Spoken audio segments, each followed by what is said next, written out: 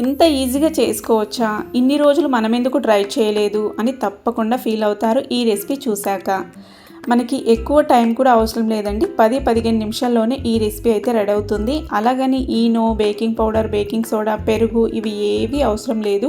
హెల్దీగా మనము జొన్న పిండి, బియ్య పిండి అలాగే నచ్చిన వెజిటేబుల్స్తో ఈ రెసిపీ అయితే ప్రిపేర్ చేసుకోవచ్చు. అప్పటికప్పుడే మనకి కావలసినప్పుడు ప్రిపేర్ చేసుకోవచ్చు. మరి ఎలా చేసుకోవాలి ఏంటి అనేసి ముందుగా ఒక మిక్సింగ్ బౌల్ తీసుకొని అందులోకి 1 కప్పు జొన్నపిండి, 3 టేబుల్ స్పూన్ల బియ్యపిండి వేసేసి నచ్చిన వెజిటేబుల్స్ వేసుకొని జీలకర్ర, రుచికి సరిపడా ఉప్పు వేసి బాగా మిక్స్ చేయండి. ఇక్కడ నేను వేసుకున్న వెజిటేబుల్స్ వచ్చేసి క్యారెట్, ఉల్లిపాయలు, కరివేపాకు, కొత్తిమీర, అలాగే కొత్తిమీర వేయలేదు, కొత్తిమీర ప్లేస్లో సోయాకు వేసాను. అలాగే పచ్చిమిర్చి కూడా వేసుకున్నాను.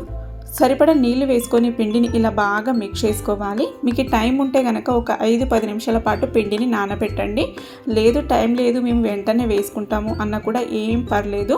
ఇలాగా పిండిని ఒకసారి 2-3 నిమిషాల పాటు బాగా మిక్స్ చేసుకొని వేసేసుకుంటే ఈజీగా వచ్చేస్తాయండి.